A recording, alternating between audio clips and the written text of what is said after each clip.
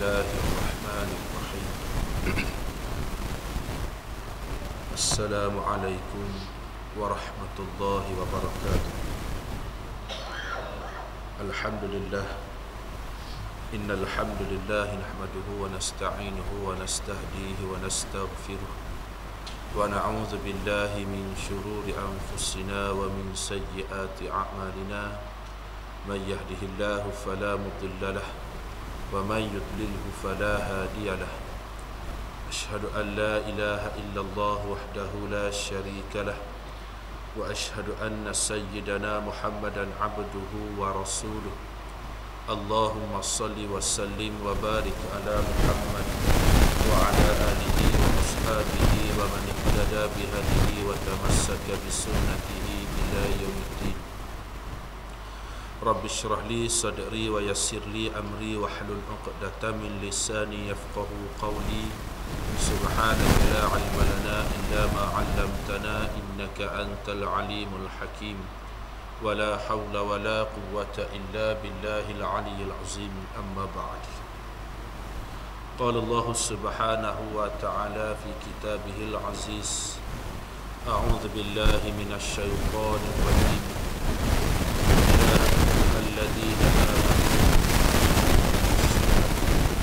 كما كتب على الذين من قبلكم لعلكم تتقون. صدق الله العظيم. Pertamanya marilah sama-sama mengucapkan kehadirat Allah Subhanahu wa taala pada malam yang mulia ini, di bulan yang mulia dan di tempat yang mulia. Kita sama-sama sekali lagi dipertemukan oleh Allah Subhanahu wa taala dalam rumah Allah Subhanahu wa taala, yang mana sebentar tadi kita baru saja selesai mendirikan solat fardu maghrib secara berjamaah, dan insya-Allah sebentar saja lagi, lebih kurang dalam sejam daripada sekarang, kita sama-sama mohon kepada Allah Subhanahu wa taala supaya kita solat fardu isya secara berjamaah. Dan di kesempatan waktu yang ada ini, kita isikan, kita penuhkan ruang waktu majlis ilmu, dan di mana pada malam ini kita nak membicarakan tentang suatu maudhu, suatu tajuk yang terkait dengan Ramadan al-Mubarak. Memandangkan sekarang ini kita berada di penghujung bulan Syaban, dan insya-Allah panjang umur, sihat tubuh badan, sekiranya kita diizinkan oleh Allah Subhanahu wa taala, maka minggu hadapan kita akan berada di suatu madrasah ataupun di suatu bulan yang disebut sebagai bulan yang diberkati oleh Allah, bulan yang dimuliakan oleh Allah Subhanahu wa taala, suatu bulan di antara 12 bulan, yang mana bulan ini, satu bulan di antara 12 bulan ini merupakan suatu hadiah daripada Allah Subhanahu wa taala kepada kita sebagai umat Nabi sallallahu alaihi wasallam, iaitu bulan Ramadan yang diberkati dan dimuliakan oleh Allah Subhanahu wa taala. Tuan-tuan, puan-puan muslimin dan muslimat yang dirahmati dan dikasihi oleh Allah Subhanahu wa taala sekalian, bila mana kita sebut sahaja tentang Ramadan, maka rata-rata di antara kita sebagai umat Islam hanya kita memandang kepada suatu perkara, dua perkara yang besar yang selalu disebut-sebutkan oleh sebahagian besar daripada umat Islam di zaman kini, iaitu perkara yang berkait dengan puasa dan juga perkara yang berkait dengan solat sunat tarawih. Untuk pengetahuan kita semua, di dalam bulan Ramadan itu bukan hanya ada sekadar perkara yang disebut sebagai puasa, bukan hanya ada perkara yang disebut sebagai solat sunat tarawih. Maka malah di dalam bulan Ramadan itu berbagai perkara-perkara besar yang telah dianugerahkan ataupun yang telah ditakdirkan oleh Allah Subhanahu wa taala. Antaranya suatu perkara yang sangat mustahak untuk kita ambil pengetahuan, iaitu suatu peristiwa yang dinamakan nuzulul Quran, iaitu penurunan Al-Quran, yang kita sambut setiap kali kita duduk dalam bulan Ramadan. Bila mana masuk pada malam 17 Ramadan, rata-rata di antara umat Islam akan menyambut sambutan nuzulul Quran. Dan ada juga di dalam bulan Ramadan itu Allah Subhanahu wa taala takdirkan, iaitu berlakunya suatu peperangan yang pertama di antara Nabi sallallahu alaihi wasallam dan umat Islam, iaitu berperang dengan musyrikin Mekah yang dinamakan sebagai Badar Al-Kubra, yang mana kita melihat tentang kekuasaan Allah Subhanahu wa taala, yang mana Allah Subhanahu wa taala mentakdirkan kemenangan kepada umat Islam, dan Allah Subhanahu wa taala membuktikan tentang kebesaran Allah, tentang kehebatan Allah Subhanahu wa taala, yang mana ianya merupakan suatu peristiwa yang menolak kelogikan akal fikiran manusia. Sebab kalau kita fikir logik, bagaimana umat Islam yang dipimpin oleh Rasulullah sallallahu alaihi wasallam boleh meraih kemenangan yang begitu besar, sedangkan umat Islam, tentera Islam pada waktu itu lebih kurang 1000 orang, dan tentera musyrikin Mekah lebih kurang 3,300 orang, 3,000 lebih, ya. Dan juga berlaku di dalam bulan Ramadan, di mana bulan yang umat Islam mula-mula berpuasa pada waktu itu, dan juga di mana pada waktu itu juga musim tamar sedang masuk. Dua ujian besar yang Allah Ta'ala berikan kepada umat Islam pada waktu itu. Tetapi kita melihat bagaimana ujian-ujian tersebut berjaya diatasi oleh keimanan umat Islam, keimanan para sahabat yang ditarbiyah sendiri oleh Rasulullah sallallahu alaihi wasallam, yang mana tentang puasanya tidak menjadi suatu masalah untuk menegakkan syariat Allah, untuk berjuang bagi menegakkan syariat Allah. Begitu juga tentang ujian waktu tamar sedang masuk, tidak berjaya untuk menjatuhkan ataupun melunturkan keimanan para sahabat waktu itu, bagi mereka berjuang untuk menegakkan syariat Allah Subhanahu wa taala. Maka daripada peristiwa-peristiwa tersebut, kita sebagai umat Islam pada hari ini boleh mengambil ibrah atau pengajaran daripada peristiwa tersebut untuk kita mentarbiah diri kita sendiri, untuk kita tarbiah diri kita, untuk kita tarbiah ahli keluarga kita, untuk kita tarbiah saudara mara, sahabat handai dan masyarakat di sekeliling kita, yang mana dalam kita menjalani ibadah puasa, kita tak boleh lupa tentang ujian-ujian yang telah ditetapkan oleh Allah Subhanahu wa taala. Jangan kita melihat pada bulan Ramadan itu hanya ada puasa pada siangnya, dan pada malamnya kita ramai mari-mari masjid, ramai mari ke surau untuk kita mendirikan salat sunat tarawih. Walaupun ianya suatu perkara yang besar juga, yang disebut sebagai sunat muakkadah, sunat yang sangat-sangat dituntut, kerana salat sunat tarawih ni hanya ada pada bulan Ramadan, pada bulan lain tak ada.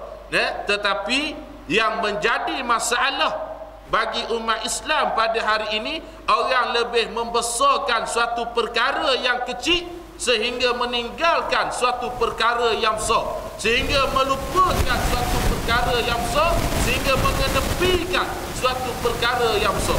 Kerana itu, pengetahuan ataupun bukan tadi ilmu, tetapi juga menggunakan ilmu itu di tempat yang sebaiknya, ataupun menggunakan ilmu itu untuk mencari kedudukan, untuk mendapat tempat, ataupun untuk meraih sesuatu perkara yang berkait dengan keduniaan. Sebab tu kalau kita tengok tuan-tuan, kita tanya rata-rata di antara umat Islam, Bila sebut tentang solat sunat tarawih, dia hanya sebut sembahyang tarawih ni hanyalah sembahyang sunat yang dilakukan pada bulan Ramadan pada malam hari lepas sembahyang Isyak. Boleh tahan kira lagi? Kita jumpa, ana pernah jumpa 2-3 orang yang mendirikan solat sunat tarawih lepas sembahyang maghrib. Lagi haru. Lepas sembahyang maghrib dia bahang sembahyang tarawih. Lepas dia buka puasa, dia sembahyang maghrib terus sembahyang tarawih selalu. Dia kata apa benda ni kalau buat lepas Isyak tunggu imam lambat, dia kata jadi kita buat dulu dah 4 rakaat dan 6 rakaat, lepas Isyak sambung 2 rakaat, lepas tu bahang kita selalu 3 rakaat. Oh sejak hari itu lepas kita ramai macam buat solat ni sembahyang apa nama ni, sembahyang tarawih tentang buat lepas kali sembahyang tarawih lepas Isyak. Lepas tu kalau kita tengok tentang sejarah sembahyang tarawih, ulama sebut sembahyang tarawih diambil daripada perkataan Allah, iaitu yang baru masuk rehat. Tarawih jamak kepada ar-raha, iaitu rehat-rehat. Salat sunat tarawih iaitu salat sunat yang dilakukan dalam keadaan rehat.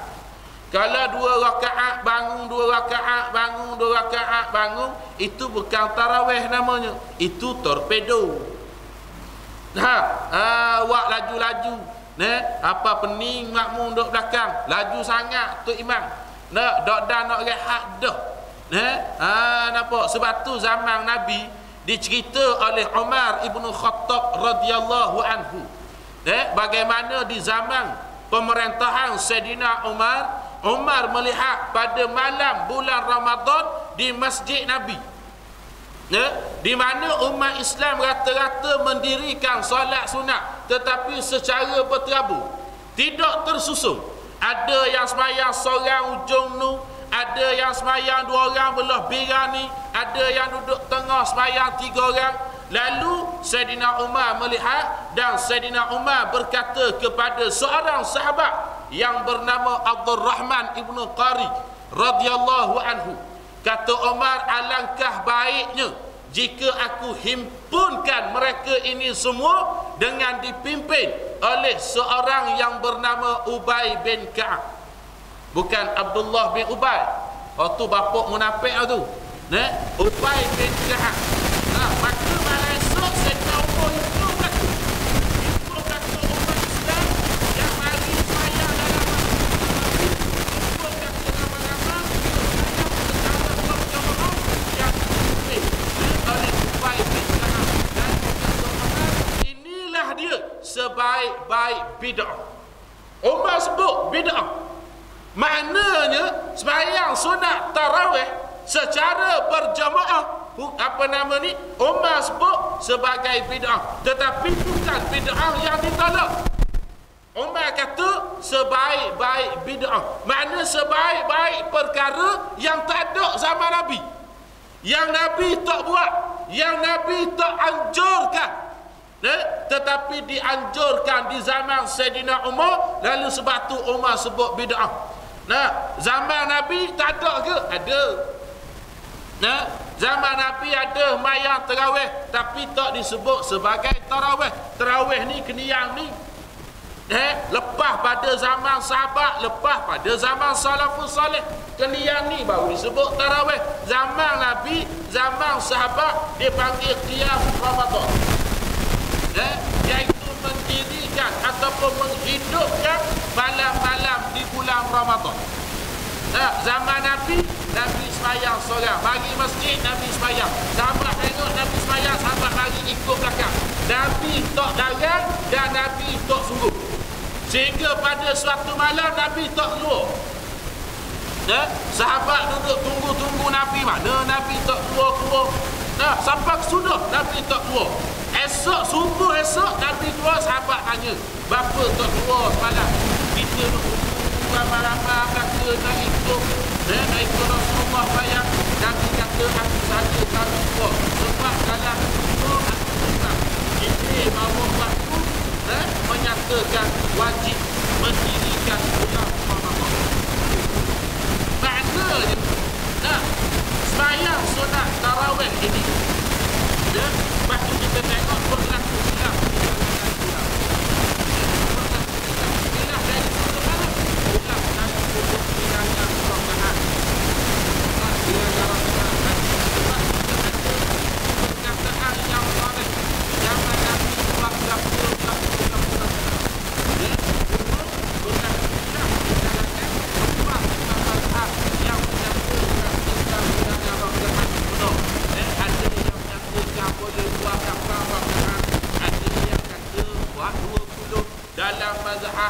dalam mazhab Maliki 36 rakaat. Buat sekali kita nak tengok 36. Surah ni buat 36 rakaat. Dalam 8 rakaat dah mengeluh. Dalam 8 rakaat 20 tinggal tu imam kata bila. Kalau buat 20. Kalau buat 36 tinggal tu imam solat. Dengar tutup bila tu lagi. Nampak? Jadi sebab tu dalam mazhab Syafi'i jumhurnya menyatakan afdal bukan wajib. Faham baik? Sebab ada orang yang kecoh learning dia kata kalau buat lapang tak sah. Mari tu ada lah. Dia kata kalau buat lapang tak sah. Asal palah lah. Kita berasa nak buat 20 kita tidak buat 20. Dan kalau habis buat lapang belaka kita ikut buat lapang. Tok Imam buat witir. Tak sah buat witir kita buat. Kita balik lah pula buat seorang. Tambah lagi 12. Kadang-kadang cakap saja. Dia bagi dok pun. Dia cakap saja. Komang surah tu 8 rakaat. Dok go. Orang terawih dah lapang. Terawih 20. Tinggi lagi lah. Mungkin dia ada sekarang pun. Dah hari sekarang. Itu satu masalah. Batu jumhur dalam mazhab Syafi'i kata buat 20. Ada kata 8 dan dalam mazhab Maliki kata 36. Jadi tak ada masalah. Dalam bilangan rakaat tidak menjadi masalah. Cuma yang kita kena faham baik-baik tentang kita nak ambil perkara daripada perkataan tarawih itu sendiri. Ar-raha, berehat, tarawih, rehat-rehat. Salatut tarawih, sembahyang rehat-rehat. Jadi bila sembahyang rehat-rehat tak perlu kita nak gaduh. Tak perlu kita nak terkejar sana terkejar sini. Sebab tu ulama yang terkediang, hak yang mari alas terkediang ni, dia ambil apa waktu untuk berehat, dia ambil satu benda yang dikatakan selawat. 2 rakaat salam, lepas tu selawat. Sebelum nak naik 2 rakaat yang seterusnya dia berselawat. Habis 2 rakaat salam, lepas tu dia berselawat pula. Itu satu perkara. Perkara yang kedua yang boleh kita ambil manfaat daripada waktu rehat tersebut, iaitu kita boleh buat suatu pengisian yang dinamakan tazkirah, yang mutaakhirin ini menjadi suatu isu yang panas. Sehingga ada yang menyatakan haram mengadakan tazkirah di celah-celah semayang tarawih. Ada yang menyatakan tak boleh mengadakan tazkirah di celah-celah semayang tarawih kerana mengganggu orang nak semayang tarawih. Tuan-tuan, secara jujurnya anda sebutlah 2 dalil ni adalah dalil yang kita tak boleh terima pakar walaupun sedikit. Kita memang tak boleh terima pakar. Sebab baik kita tengok daripada tarawih itu sendiri. Apa dia hukum semayang tarawih? Hukum semayang tarawih ni ada sebut ani sunat. Sunat muakkad, sunat yang dituntut, yang hanya ada dalam bulan Ramadan. Bulan lain tak ada. Tetapi tazkirah ni Quran sebut wa dzakir fa inna dzikra tanfa'ul mu'minin. Berikan peringatan, kata Allah, Fa inna dzikra tanfa'ul mu'minin, kerana sesungguhnya peringatan itu ada manfaat, ada faedah, ada kebaikan bagi orang-orang yang beriman, kata Allah. Nah, ini Allah sebut. Jadi tazkirah ni peringatan. Peringatan ataupun tazkirah ni adalah salah satu daripada cabang-cabang ilmu yang mana wajib atas kita bagi umat Islam untuk menuntut ilmu. Jangan kerana bila kita duduk dalam bulan Ramadan, bila kita mendirikan salat tarawih, kita hentikan majlis ilmu. Ini tak betul. Nampak? Ini masalah. Ini satu perkara yang melanggar fitrah Islam. Sepatutnya kita tahu sinonim masyarakat umat Islam di Malaysia hari ini, bila duduk je dalam bulan Ramadan, bila malamnya mendirikan solat tarawih, yang tak pernah mari pun mari. Yang biasa mari memang marilah, hak tak pernah mari. Yang dia mari surau masjid bulan Ramadan, bulan lain dah hari. Jadi oleh kerana yang tak pernah mari itu mari, sepatutnya kita ambil kesempatan untuk memberikan peringatan kepada yang ada di masjid ataupun surau pada waktu itu tentang perkara-perkara yang berkait dengan hukum syarak. Nampak? Perkara-perkara yang berkait dengan hukum syarak, hak tu pentingnya tentang majlis tazkirah ni. Bukan kita nak sekat, bukan sepatutnya kita halang tentang perkara tersebut. Ini satu benda yang tak betul. Ini satu benda yang melanggar fitrah Islam tu sendiri. Tapi kita tak faham juga. Hak cakap ni pun ustaz juga, tu kita pelik. Kalau dia tu tukang nyadaknya, boleh tahan kira lagi.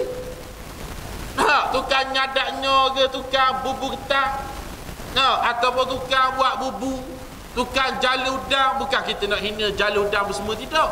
Ataupun dia mak rempik tengah jalan, kita kira mak rempik tengah jalan kata dah lewat tazkirah. Berapa kacau orang mayat terawih, boleh tahan kira, boleh diterima pakai sebab mak rempik. Ataupun mak pek duk pirang lokang, kata mak pek kira surau mayat terawih, dengar tazkirah tak boleh, kata mak pek.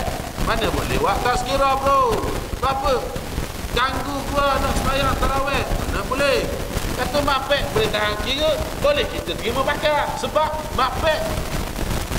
Dah ni orang yang ada ilmu, orang yang berstatus ustaz, tiba-tiba boleh cakap begitu. Ini masalah.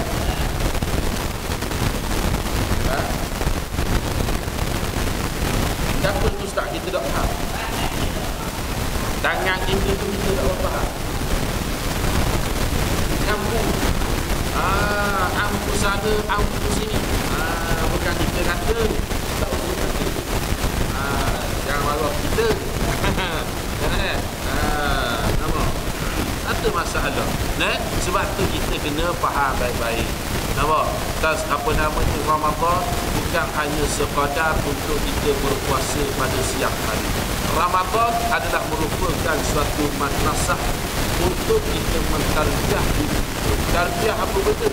Tarbiyah untuk kita lebih mendekatkan diri kita kepada Allah Subhanahu wa taala, mentarbiyah diri kita untuk kita lebih mensucikan hati kita, mempertingkatkan amal ibadah kita, nampak? Dan juga menambahkan pengetahuan kita tentang agama kita sendiri.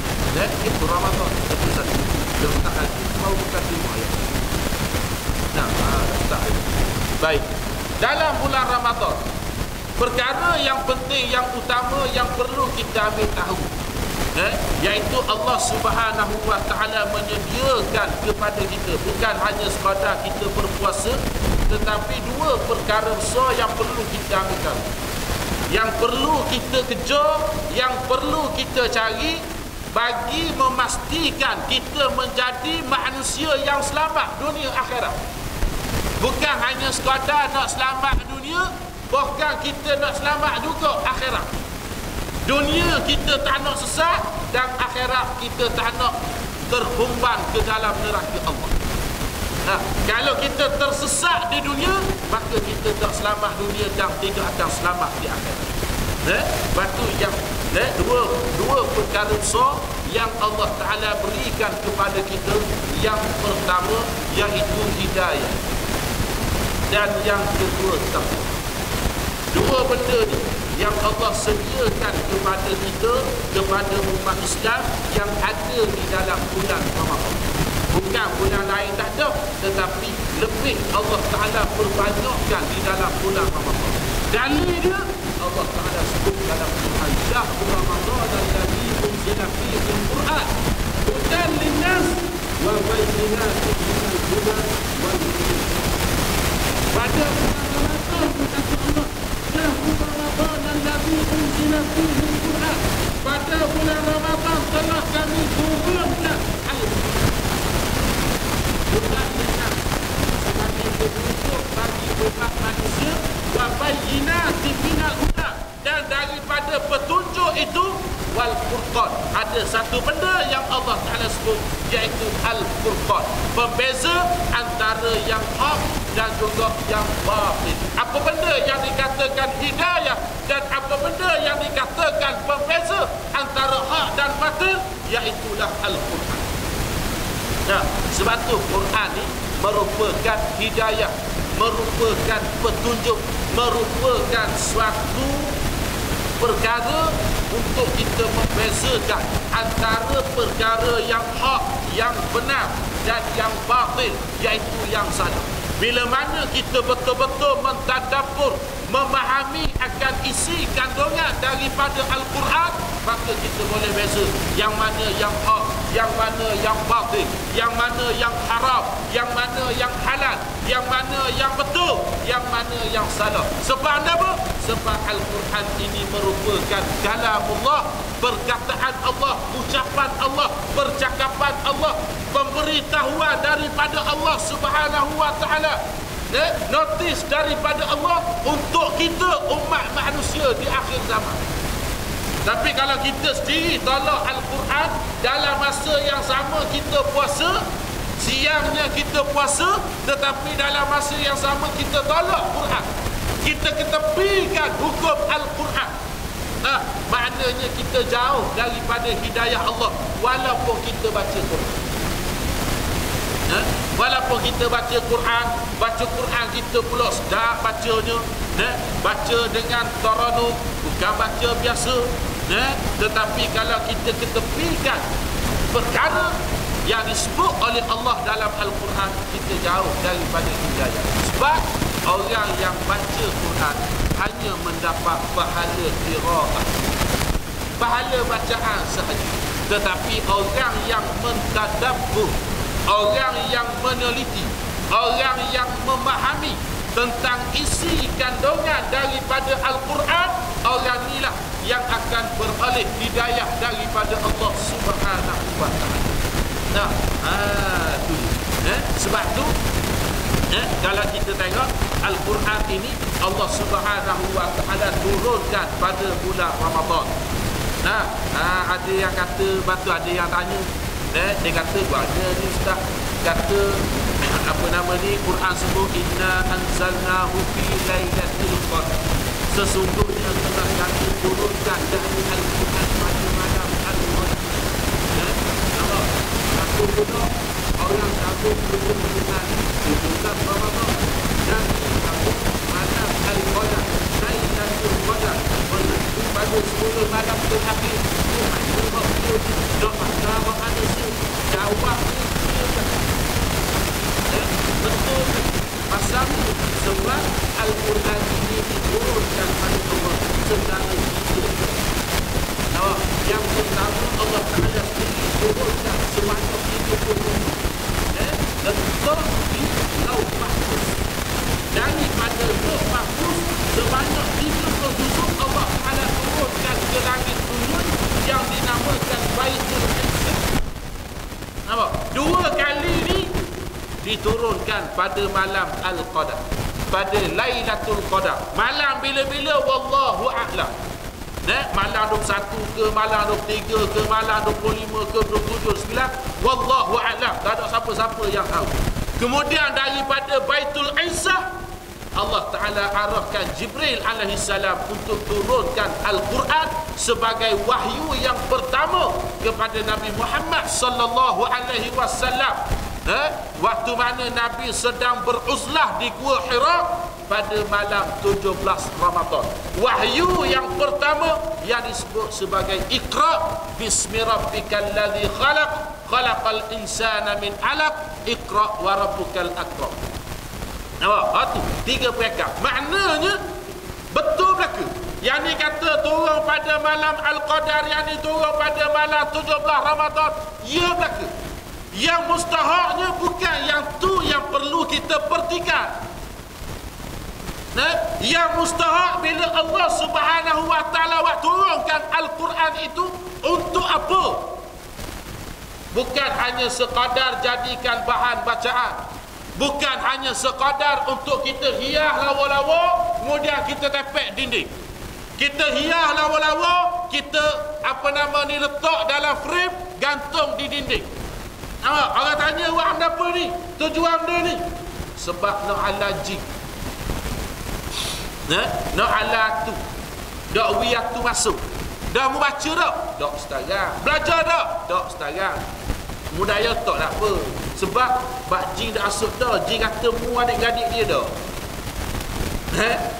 Tak salah kita gantung. Tapi jangan kita mustahakkan hak tu. Tak salah nak gantung, lebih baik daripada kita gantung gambar hak lain. Daripada kita gantung gambar dia biasa gantung lagi. Macam-macam gambar hak yang tak bermanfaat. Lebih baik kita gantung Quran. Tetapi jangan hanya sekadar gantung. Gantung-gantung Quran ni dah jadi suatu amalan dah bagi masyarakat Melayu. Terutamanya tentang ayat 1000 dinar. Wa may yattaqillah yaj'al lahu makhraja. Dia gantung. Biasa orang negara lah. Dia gantung kedai makan. Dia biasa banyak kedai makan. Nak kalau jenis direct banyak kedai makan tu penuh dia gantung ayat 1000 dinar. Bila tanya buat apa? Takar. Kan ayat 1000 dinar ni kan ayat pemurah rezeki. Betul dah, tapi bukan gantung bah. Kena amal, bukan gantung. Wa may yattaqillah yaj'al lahu makhraja. Apa maksud? Wa may yattaqillah, dan barang siapa bertakwa kepada Allah. Dah kira siapa-siapa pun. Man situ isim mausul. Isim mausul. Dah kira siapa. Barang siapa kata Allah yattaqillah, yang bertakwa kepada Allah, yaj'al lahu makhraja, nescaya Allah Ta'ala akan keluarkan dia daripada segala bentuk kepayahan, kesusahan. Allah dah sebut yaj'alu lahu, tapi Allah matikan lam. Yaj'al lahu maknanya pasti, confirm Allah Ta'ala akan tolong dia untuk keluarkan dia daripada segala bentuk masalah, untuk keluarkan dia daripada segala bentuk kepayahan, kesusahan dan sebagainya. Syarat yattaqillah, bertakwa kepada Allah. Dan orang yang bertakwa juga kepada Allah, Allah Ta'ala akan mencurahkan rezeki kepada dia, dan di jalan-jalan yang disendiri pun tak. Ini faedah bila bertakwa. Sebab tu bila kita memahami Al-Quran, kita mempelajari Al-Quran, maka kita senantiasa berada di landasan yang diradai oleh Allah Subhanahu wa taala. Sebab tu tuan-tuan, Nabi sallallahu alaihi wasallam bersabda dalam suatu hadis yang masyhur bagi kita. Nabi sebut kepada kita, kitabullah azza wa jalla wa hablullah, man ittaba'ahu kana 'alal huda wa man tarakahu kana 'alal dhalalah. Nabi kata kitabullah azza wa jalla wa hablullah, kitab Allah azza wa jalla ini adalah perhubungan antara manusia dengan Allah Subhanahu wa taala. Perhubungan, tali hubungan antara manusia dengan Allah. Maknanya manusia nak menjalinkan hubungan dengan Allah, dia tak boleh pisahkan diri dia daripada Al-Quran. Batu sebahagian ulama sebut, orang yang mendirikan dan sembahyang, orang ni sedang bercakap dengan Allah. Dan orang yang sentiasa baca Al-Quran, orang ni sedang mendengar perkataan Allah. Allah sedang cakap dengan dia. Sebab tu pentingnya kepada tadabbur, menghayati, memahami, mempelajari tentang isi kandungan Al-Quran. Baru kita tahu kenapa Allah nak royak kita. Baru kita tahu apa yang Allah Ta'ala nak khabarkan, nak bagi tahu, nak jelaskan, nak terangkan kepada kita. Nah, potong semua.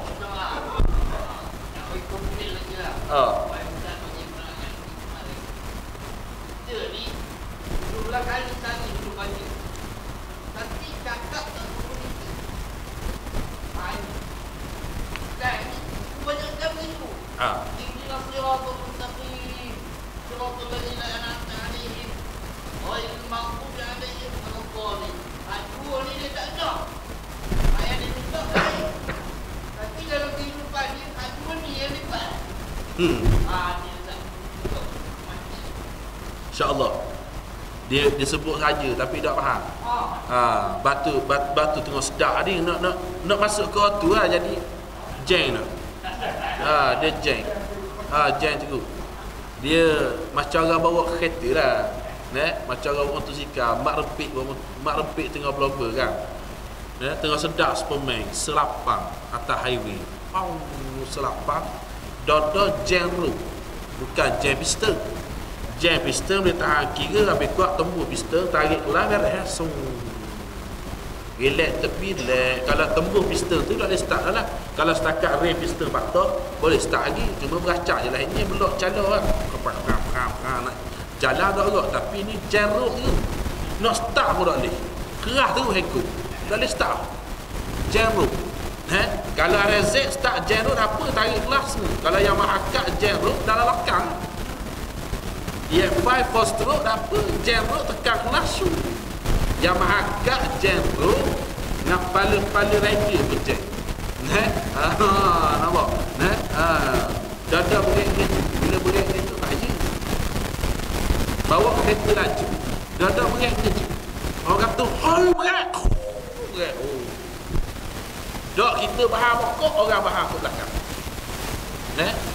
Nampak? Batu kalau nak celah biar kita habis dulu. Yang kita berhenti dulu. Tak, kita berhenti tepi lek. Bila kita dah slow gitu tak. Oh, dia suruh berhenti. Ni tengah top speed boh.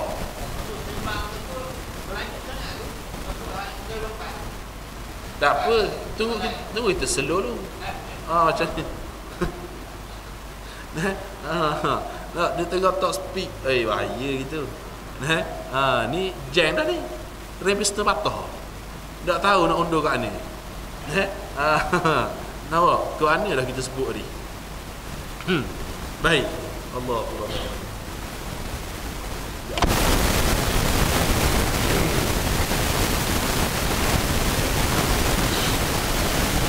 Tak apalah. Kalau Ustaz sebut tadi lah. Pasal kita dah ingat dah. Ustaz sebut ni dia baca dia bilang surah Al-Fatihah. Surah Al-Fatihah.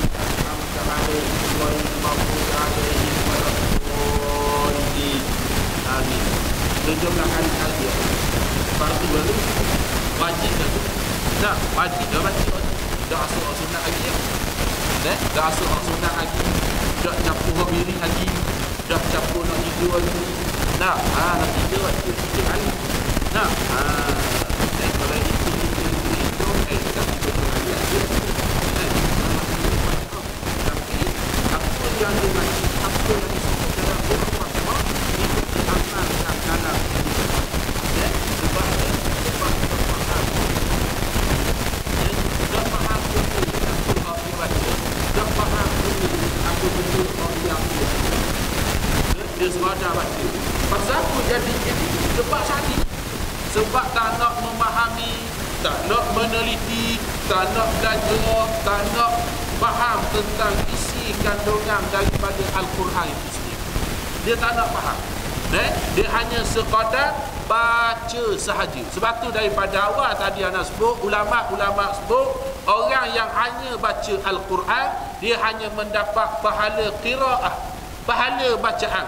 Hidayah tak ada. Hidayah daripada orang yang memahami isi kandungan Al-Quran. Nampak? Kita tengok sejarah bagaimana Umar ibn Khattab radhiyallahu anhu dapat hidayah melalui pembacaan Al-Quran daripada surah Taha ayat 1 sampai ayat 13. Pasal apa Umar boleh dapat hidayah waktu tu? Pada adanya kerana Umar memahami apa yang dia baca. Sebab Quran ni turun dalam bahasa Arab. Nah, dan Umar pula orang Arab, maka bolehlah dia faham. Dan kita orang Melayu, kita bukan orang Arab. Lain kalau kita ni orang Melayu tapi faham bahasa Arab. Nah, kita orang Melayu dan tak faham pula bahasa Arab, maka tak boleh hanya sekadar baca. Kena memahami. Sebab tu akibat daripada tidak memahami, dalam sembahyang dia baca Fatihah pembuka Al-Quran, Fatihah rukun pada sembahyang, tapi luar pada sembahyang dia tidak buat apa yang dia baca. Dia minta kepada Allah Ta'ala, dia sebut, dia buat suatu ikrar kepada Allah, iyyaka na'budu wa iyyaka nasta'in. Hanya Engkau ya Allah kami sembah. Na'budu kami sembah. Wa iyyaka nasta'in. Dan hanya Engkau ya Allah tempat kami minta tolong. Ada ke buat luar sembahyang barang ni? Iyyaka na'budu, hanya Engkau ya Allah kami sembah. Tempat kami mengabdikan diri 100% dalam kehidupan kami. Sebahagian kecil sahaja yang mengamalkan apa yang disebut dalam ayat ni. Sebahagian besar masyarakat Islam dah amal. Dia tetap juga mengabdikan diri dia kepada benda lain. Dia abdikan diri dia kepada dunia. Dia abdikan diri dia kepada pangkat kebesaran. Dia abdikan diri dia kepada harta yang dia miliki. Dia abdikan diri dia kepada keturunan dia. Konon-konon keturunan dia keturunan orang hebat. Dalam kubur ada tak malaikat tanya kita keturunan cap dia? Ada malaikat tanya, bukan laki tanya, mu keturunan dia, keturunan Hadwah ke Hajbak? Ada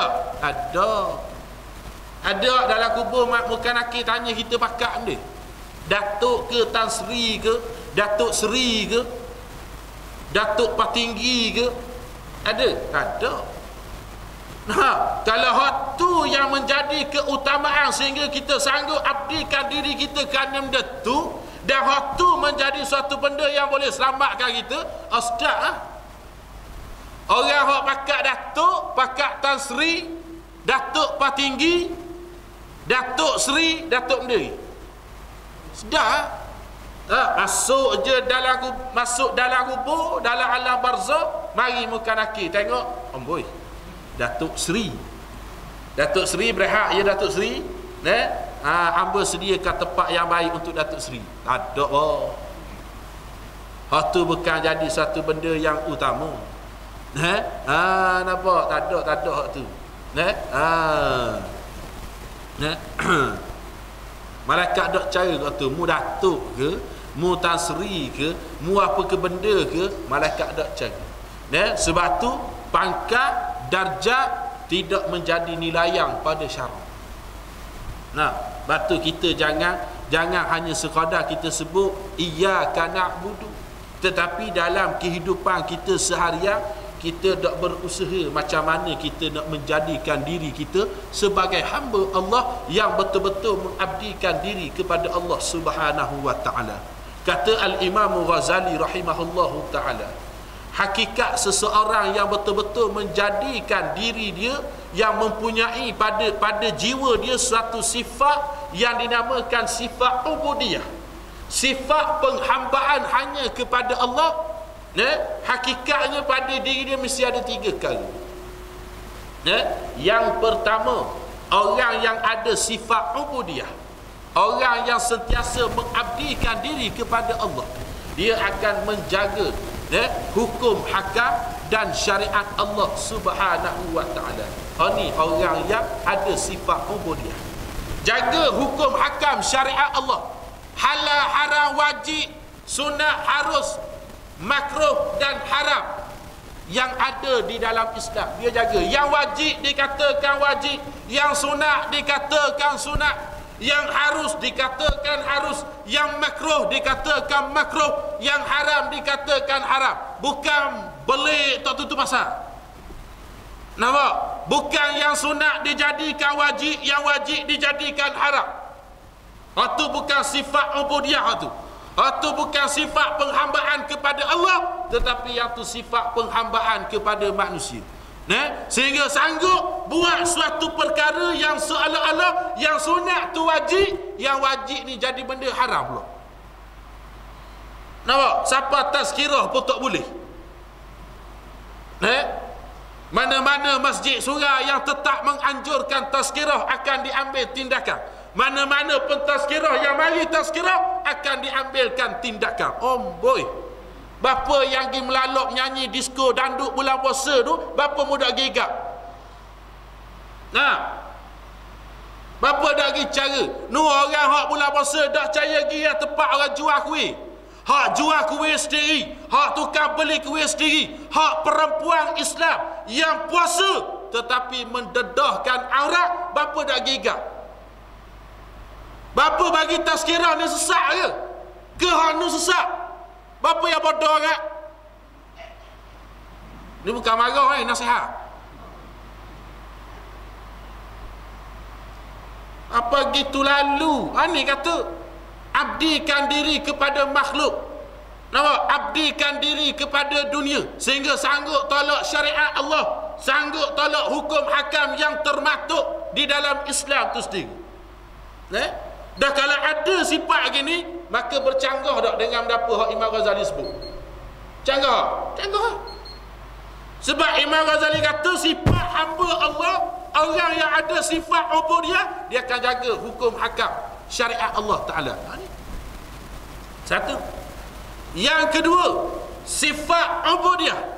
Orang yang ada sifat ubudiyah di dalam dirinya, yang kedua iaitu mereka sentiasa redha dengan takdir ataupun dengan qada dan qadar daripada Allah Subhanahu wa taala, walaupun terkadang takdir itu memahitkan dia, memerikkan dia, menyedihkan dia, menyusahkan dia. Tapi hak tu ketentuan daripada Allah. Hak itu takdir daripada Allah. Dia terima, dia redha. Ni ada sifat ubudiyah. Kerana dia tahu benda tu datang daripada Allah, dan setiap perkara yang datang daripada Allah, walaupun benda tu menyedihkan, tetapi di sebaliknya ada suatu hikmah yang dirahsiakan oleh Allah Subhanahu wa taala. Contoh, molek-molek kita sihat hari ni, dah sok demam. Demam bukan demam sikit, tapi demam parah. Demam tak boleh nak bangun. Mayang pun dalam keadaan baring. Bangun pening. Mana benda tu orang gembira ke orang sedih tu? Orang seronok ke sedih?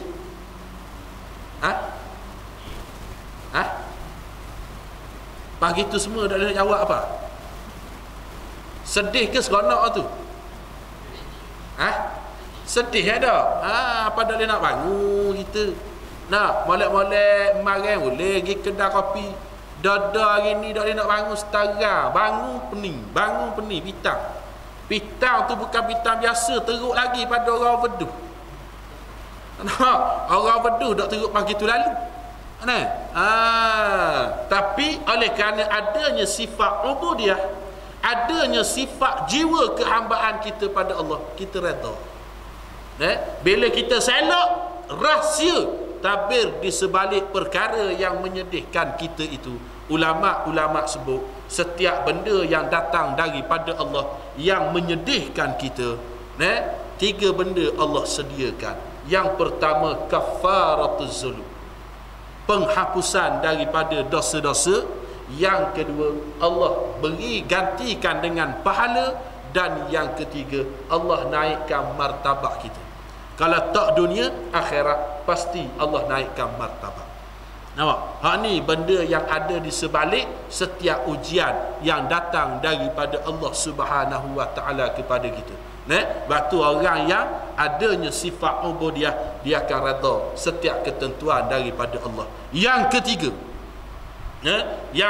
kata Imam Ghazali, dia sentiasa berusaha untuk mendapatkan, untuk mencari keredaan Allah Subhanahu wa taala, walaupun terpaksa mengenepikan tentang keredaan diri sendiri. Nampak? Maknanya redha Allah tu penting. Walaupun terpaksa gadaikan kehendak ataupun kegembiraan ataupun keredaan kita sendiri, yang penting kita dapat meraih redha Allah. Nah, sebagaimana kita tengok sewaktu Nabi sallallahu alaihi wasallam berhijrah ke Taif. Hijrah ke Taif dengan harapan penduduk Taif boleh terima Islam.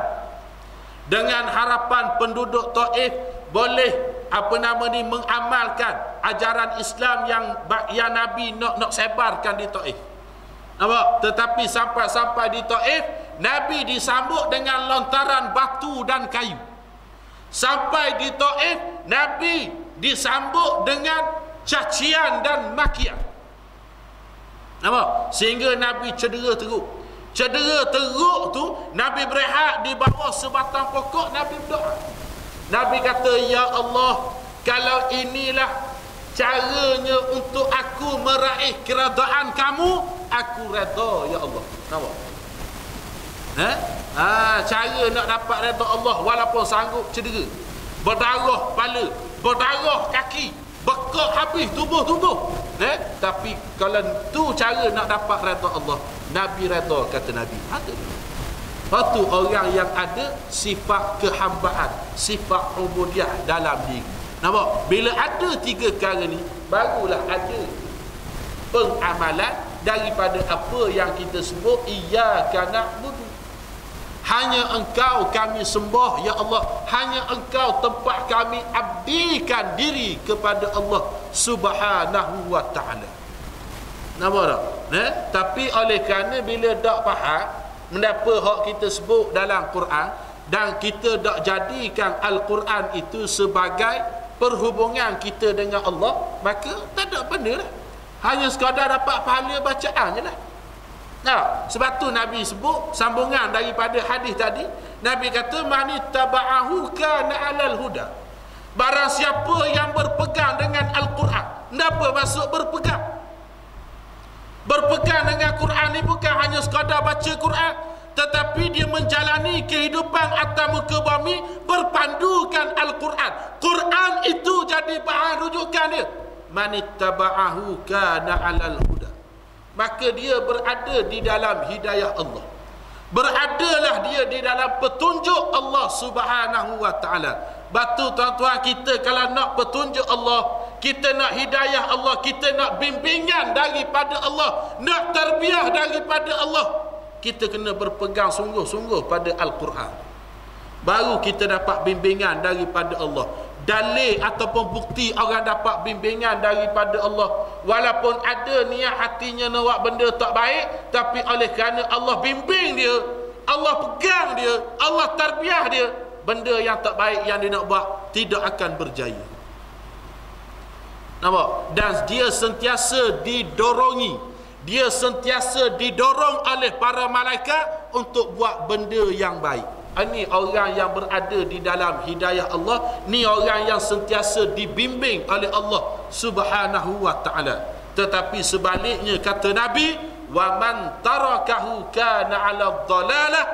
Barang siapa yang jauh daripada Quran, dia ketepikan Quran dari dalam kehidupan dia, kana 'ala dhalalah, beradalah dia di dalam kesesatan. Allahu Rabbi, tuan-tuan, orang ketepikan Quran, Nabi kata sesat. Sesat ni dua ni tepat. Kullun bid'atin dalalah wa kullun dalalatin finnar. Tiap-tiap bid'ah itu sesat. Tolak Quran bid'ah besar. Wa kullun dalalatin finnar. Tiap-tiap yang sesat tu dalam neraka. Orang tolak Quran bid'ah. Bid'ah mana? Bid'ah sesat. Tepat bid'ah yang sesat, Nabi kata dalam neraka Allah Subhanahu wa ta'ala. Sebab tu ada juga orang yang baca Quran tetapi Quran laknat. Siapa sebut? Nabi sebut. Baca Quran tetapi Quran tu laknat diri dia sendiri. Na'udzubillah, tuan-tuan. Kita biasa umat Melayu bulan puasa memang rajin baca Quran. Rajin sungguh. Lepas tarawih tu dinamakan satu program yang dinamakan Tadarus Al-Quran. Walaupun ramai tiang daripada orang, tadarus ni biasa ramai tiang daripada orang. Baguslah buat kumpulan, buat halaqah, buat halaqah Quran bagus. Sepulang 3 orang, hak ni 3 orang, hak nu 3 orang, hak ni 4 orang, hak ni baca, hak ni dengar. Bila salah, hak ni betul. Comel tadarus ni. Tapi kena ingat, Nabi kata ada juga orang yang baca Quran tapi Quran laknat dia sendiri. Quran tu sendiri akan laknat dia. Sebab kenapa? Dia hanya baca tetapi tak jadikan Al-Quran itu sebagai pegangan dalam kehidupan dia. Dia tak jadikan Al-Quran sebagai sumber rujukan. Masa baca Quran, memang baca, tutup Quran, laksana kehidupan, jalani kehidupan, tidak berpandukan dengan Al-Quran. Quran kata tak boleh, dia buat boleh. Quran kata boleh, dia buat tak boleh. Super sani ya. Tak ada pun dalam Quran melarang buat tazkirah tarawih. Ada jumpa tak? Ada tak jumpa? Tak ada. Arak ada, Quran larang. Judi ada, Quran larang. Bapa muda naik kasino tu, arahkan kasino digenting, tutup sebulan sempurna menghormati Ramadan. Ada buat? Tak ada lagi awal lenu. Pergi naik genting pada. Bukan marah ni. Nasihat. Nak pergi kedai nombor tu. Bagi tahu pada token-token pakdi, token sport toto, token jackpot, tutup sempurna menghormati bulan Ramadan. Apa dah buat? Apa marah orang buat tazkirah? Masalah. Ada pula tazkirah larang. Apa kebangang punya manusia? Ini kalau apek kedai basikal tahu apek pun pening. Ini sungguh. Apek kedai basikal pun pening. Batu kita pernah jumpa apek seorang, apek pun pening. Apa pasal ini orang Islam? Tapi dia sendiri pun tak percaya dia punya Tuhan Hayya. Awak pun tak tahulah. Apek pening. Kita tanya dia, apa pasal apek? Lu tahu tak? Dia dipercaya itu masa jerebu baru ni. Ini jelebu sana bakar, sini bakar, sana ala kilang, sini ala kilang. Itu kasih sebab semua jelebu semua. Dia tak tahu ke ini semua Tuhan Allah punya kerja. Apek ya awak. Kita senyap dah kata dia. Apek ya. Apek erti. Ini Tuhan Allah punya kerja dia apa? Dah kalau betul dah. Betul dah. Orang kafir erti ini Tuhan Allah punya kerja. Apa kita nak salah ke waktu, nak salah ke ni? Betul pada adabnya begitu. Hakikatnya ini kerja Allah. Di kampung kita dia kata haji, ini apa pasal mu buat itu benih awal? Saya pernah dengar, dia kata dia pernah dengar dalam Islam ada sembahyang minta hujan. Kata betul, dia nama sembahyang istisqa, untuk minta hujan turunnya. Apa pasal tak nak buatlah itu pada MPK luar, pergi sanalah buat. Kata tak boleh punya. Apa pasal tak boleh? Itu padang MPK kalau buat agama punya memang tak boleh. Tapi kalau buat konsert boleh. Buat konsert boleh. Kerajaan kasih. Tapi minta agama punya kerajaan tak lah kasihnya. Hayya. Cibai punya kerajaan dia kata. Dia kata. Dah ta'alu kita. Bukan Islam. Sunat dak kecil pun dak basuh. Berak lak dengan tisu, tapi reti basuh daripada orang hak sunat. Reti basuh daripada orang hak basuh kecil.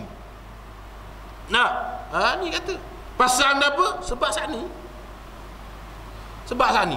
Tak jadikan Al-Quran sebagai panduan dalam kehidupan, maka jauh daripada hidayah Allah. Satu. Dan kedua, biasa dia jang sebentar dia.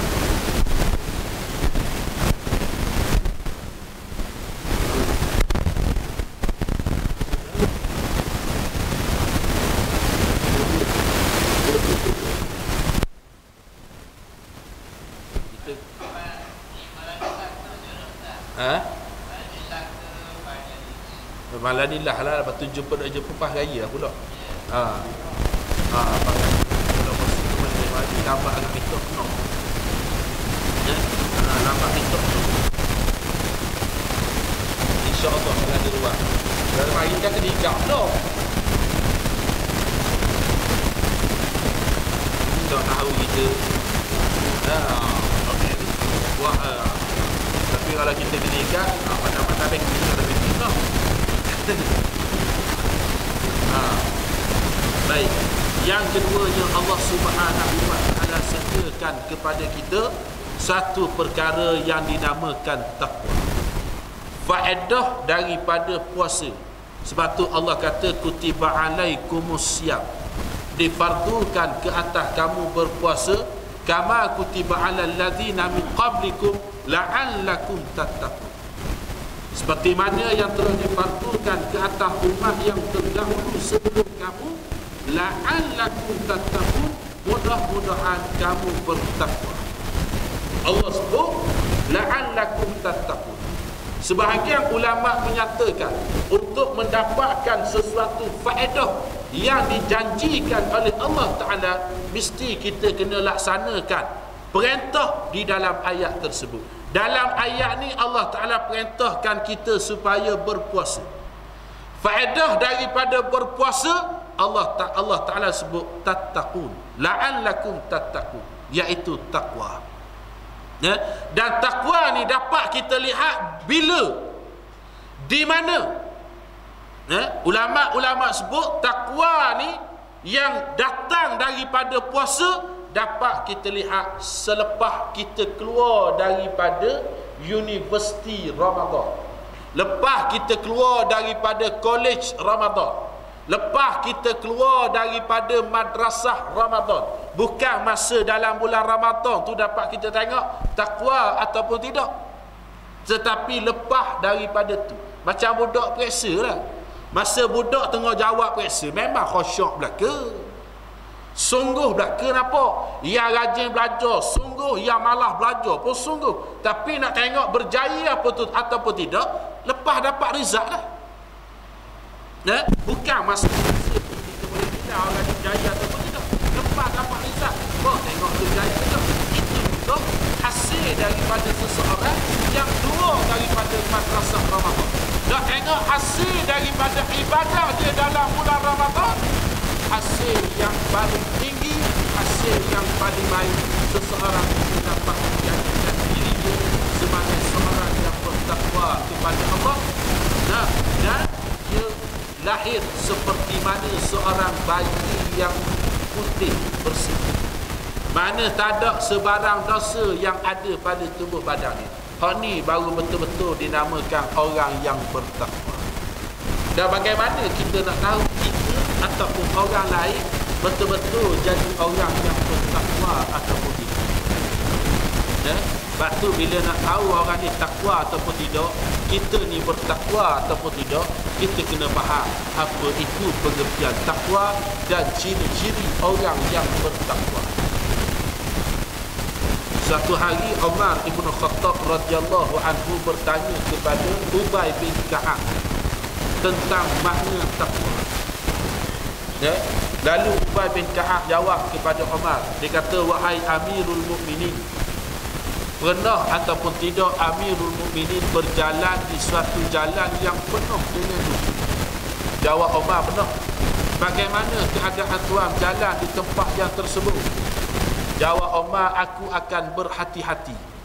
Aku nak melangkahkan kaki aku berhati-hati. Nak angkat kaki, nak melangkah pun berhati-hati juga. Takut-takut terkena duri. Jawab Ubay, itulah dia takwa.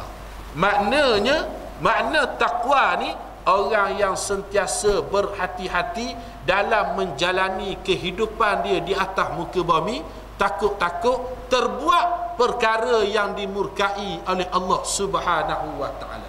Itu orang takwa. Nak jalan berhati-hati, nak cakap berhati-hati, nak buat apa saja bentuk keadaan dalam kehidupan, kita kena berhati-hati. Takut-takut benda yang kita buat tu mengundang kemurkaan daripada Allah Subhanahu wa taala. Itu makna takwa. Mana takwa yang tidur? Mana takwa ni mana? Jadi kita boleh guna pakai ada.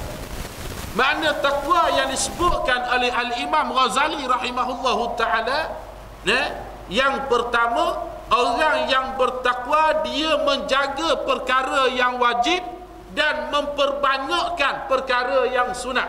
Itu orang takwa.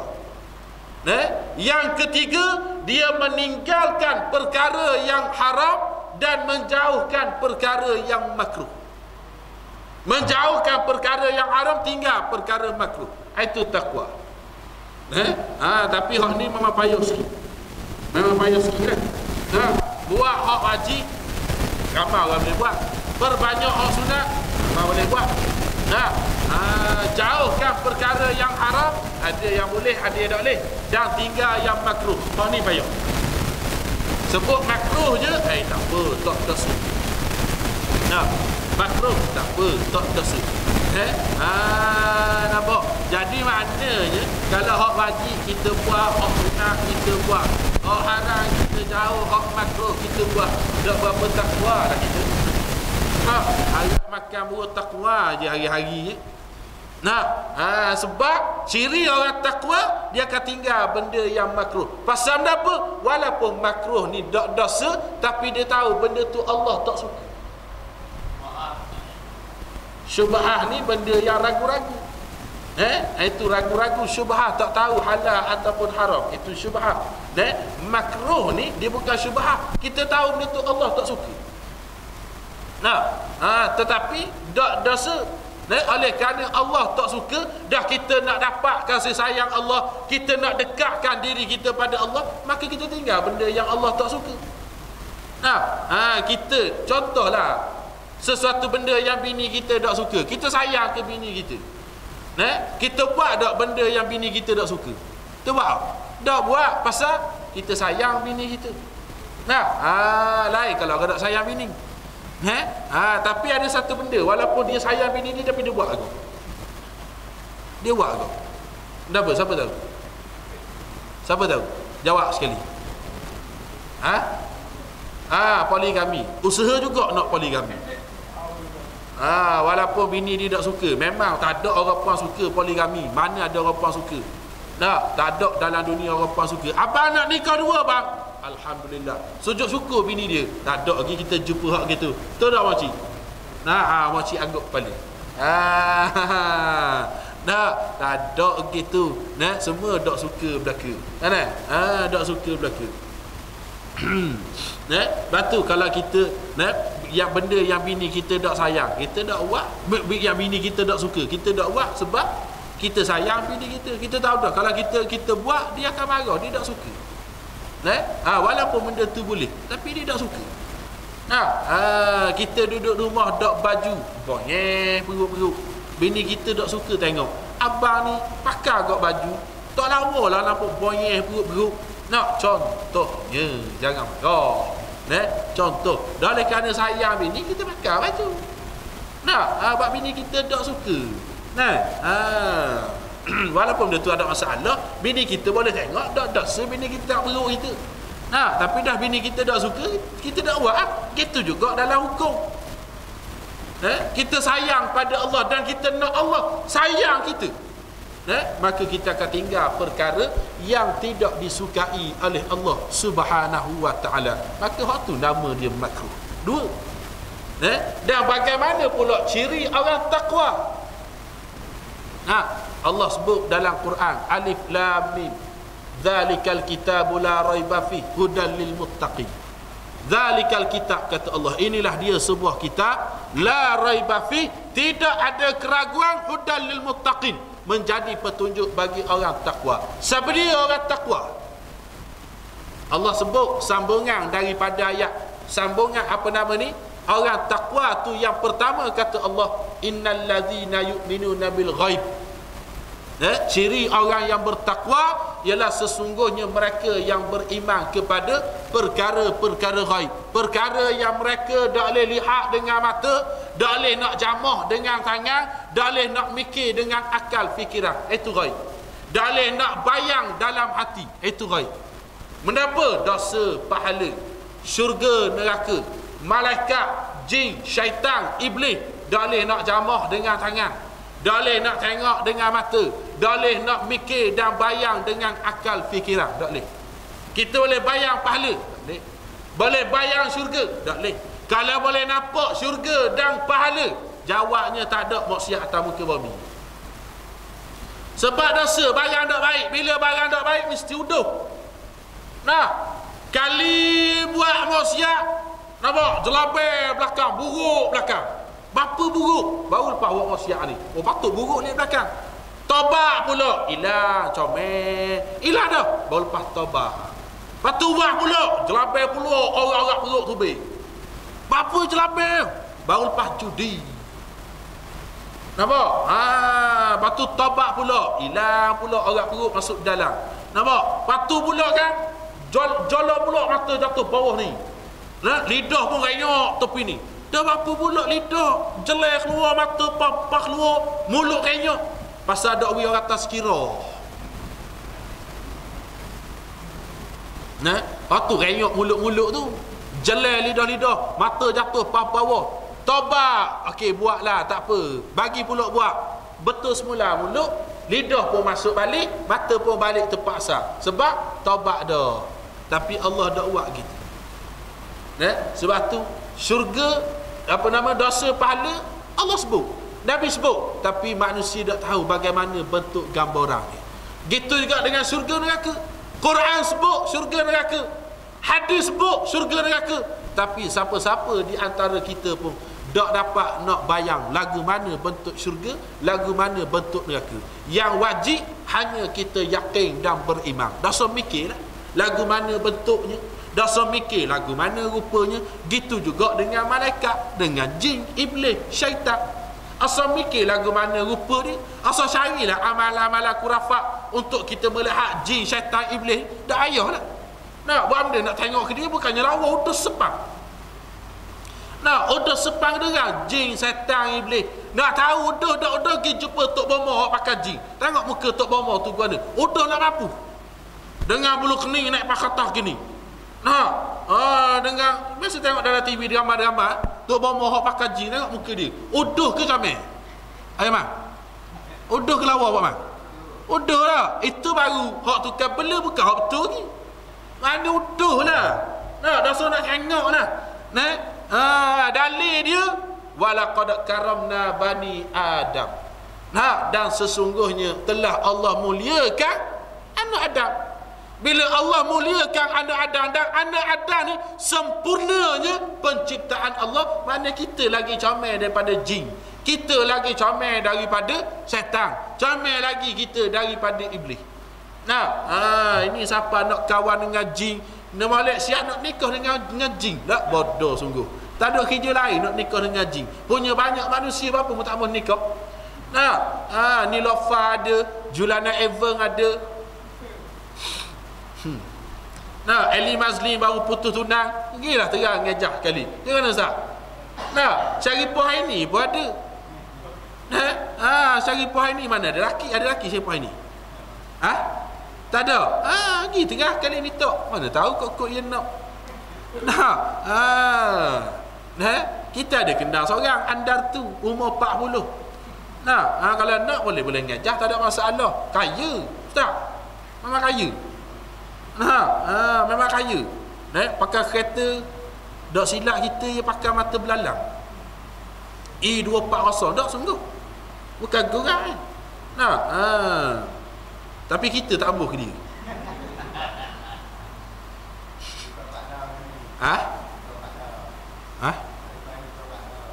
Berobat dah? Dia tak dah. Boleh ya dah.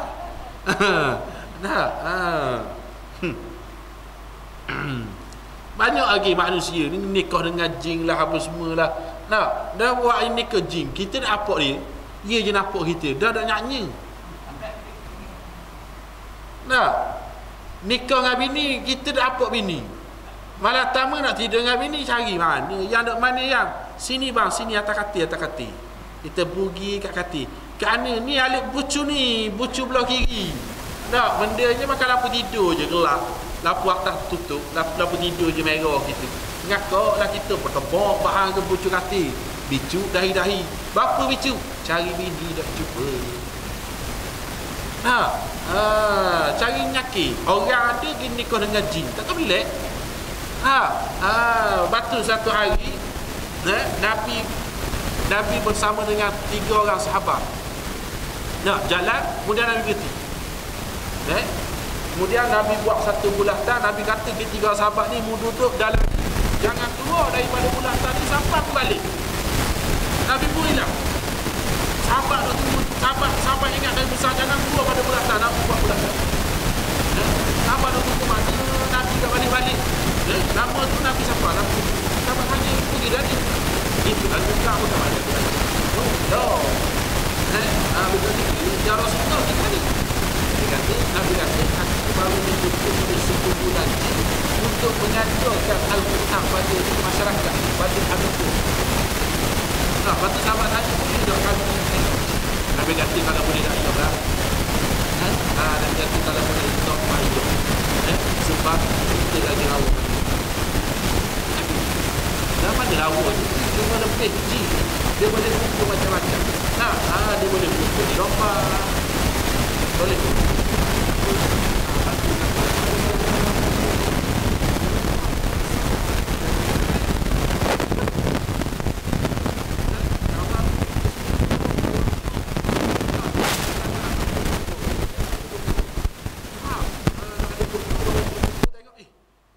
bagi dana ni seorang kita pun mesti balik. Boleh nyaki. Nak pergi dana tu. Nak pergi depan tu nak pergi dekat benda ni. Kedai dia situ bagi. Dah ni kedai makan ni. Kedasan. Dah naik dah dia seorang. Macam 40 orang naik atas motor. Berat nak apa? Gia 1 tu macam gia 4 dah. Puah main kelah. Juk kelah mo. Pas congek try depan. Jangan cari pasal. Jadi maknanya asal caralah. Benda-benda gitu wajib percaya sudah. Itu yang dikatakan beriman kepada perkara ghaib. Yang keduanya kata Allah, lepas pada innal ladzina yu'minuna bil ghaib, ciri orang takwa. Innal ladzina yu'minuna bil ghaib, beriman kepada perkara ghaib, wa yuqimunas salah, mendirikan akan sembahyang. Yuqimu daripada perkataan qiyam, mendirikan akan sembahyang. Lepas tu Allah Ta'ala dah kata kerjakan sembahyang, Allah kata dirikan sembahyang. Orang yang dirikan sembahyang ni adalah orang yang cermat dalam sembahyang, orang yang sentiasa memelihara sembahyang, jaga peraturan rukun, syarat, sunat, wajib, haram, makruh, harus dalam sembahyang. Maknanya orang yang betul-betul memelihara cermat dalam sembahyang. Itu yang dikatakan yuqimuna salat. Tapi kalau kita pergi pelihara sembahyang, main kodang kita nak sembahyang ke berapa, main kodang kita buku kita lagu mana, taharah kita lagu mana, maknanya kita termasuk dalam kalangan itu. Sembahyang nombor 4 Zuhur 1.20 sebelum sampai ke 4 ni kurang ni bukan betul. Yang itu tengok sengaja kita melambat-lambatkan sembahyang, maka orang itu masuk ke dalam golongan orang yang memelihara, orang yang cepat dalam. Bila waktu dah ada, kita bukan ciri-ciri orang buat. Orang bertakwa bila masuk ke waktu sembahyang itu, warna biru sebab seperti mana orang yang sedang berkumpul bagi sekal atau al-faqad di dalam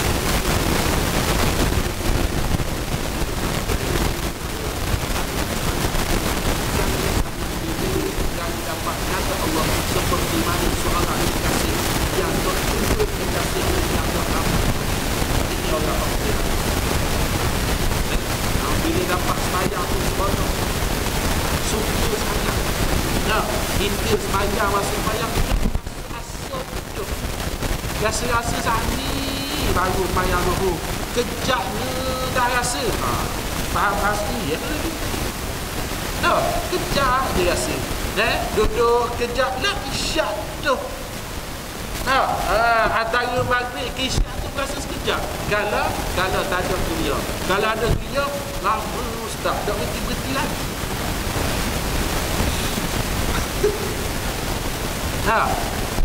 Memang tak berhenti paksa datang ni. Tak berhenti ni. Bukan surah ni. Surah lain.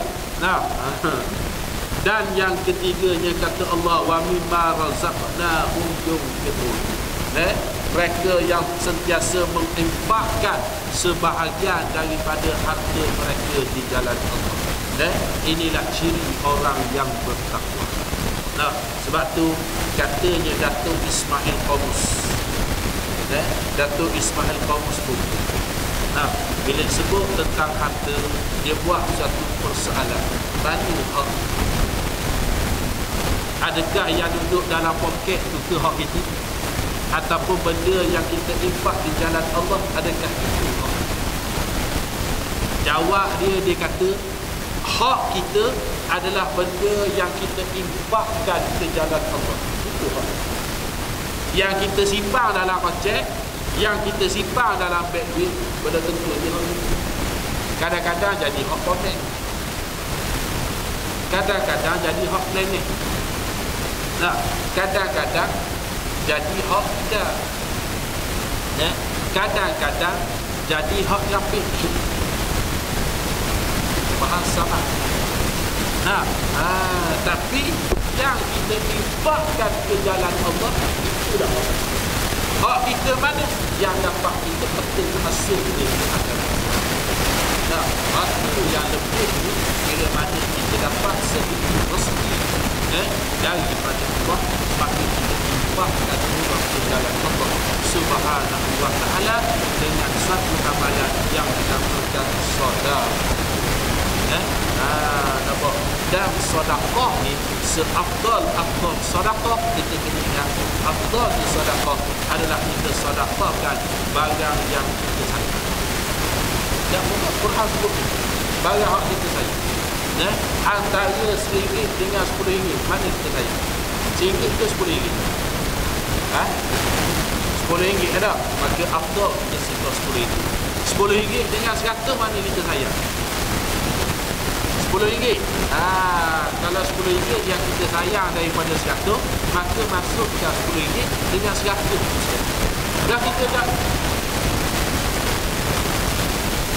Dan kita tak sayang RM100, simpan awak kenapa? Simpan barang yang kita tak sayang, kenapa semua? Kita sayang RM10, apa lah kita tukar RM10. Dan RM100 tak sayang, masuk dia simpan barang tak sayang, kenapa semua? Macam gitu. Asal mainlah perlu banyak lah. Kau dah ke mana pun boleh pergi. Asal memang pergi atas mana. Nampak? Lu kau nak kaset stand, kita kau nak kaset paling lucu. Jadi begitu. Itulah di antara ciri-ciri orang yang bertakwa. Maka bersempena dengan Ramadan yang bakal muncul tak lama lagi, kita persiapkanlah diri kita dan kita perbanyakkanlah doa bagaimana yang doa yang sentiasa dibaca oleh Nabi SAW ketika Nabi berada di dalam bulan Rajab dan Sya'ban, iaitu Allahumma barik lana fi Rajab wa Sya'ban wa ballighna Ramadan. Ya Allah, berkatilah kami dalam bulan Rajab, berkatilah untuk kami dalam bulan Sya'ban, wa ballighna Ramadan, dan sampaikan kami ke dalam Ramadan, dan kita jadikanlah Ramadan kita pada kali ini, insya-Allah kalau kata Allah rezekikan kita Ramadan pada kita untuk tahun ini, kita jadikan Ramadan pada tahun ini seolah-olahnya itulah Ramadan yang terakhir untuk jadi pada tahun hadapan kita benar-benar lagi dapat bertemu dengan Ramadan. Dan tahun ni pun kalau kata Allah rezekikan kita Ramadan pada tahun ini, belum tentu Allah kita dapat menghabiskan apa nama ni umur kita di dalam bulan Ramadan pada tahun ini. Jadi insya-Allah mudah-mudahan panjang umur, sihat tubuh badan, kita dapat bertemu pula selepas daripada kita menyambut kedatangan Aidil Fitri, dan mungkin insya-Allah kita akan bertemu pada bulan 9 nanti. Sebab penalapan lepas pada raya kita nak habiskan jadual-jadual di luar daripada negeri Pahang, insya-Allah. Wallahu a'lam. Aku qali hadza wa astaghfirullahal azim li wa lakum. Wassalamu alaikum warahmatullahi wabarakatuh.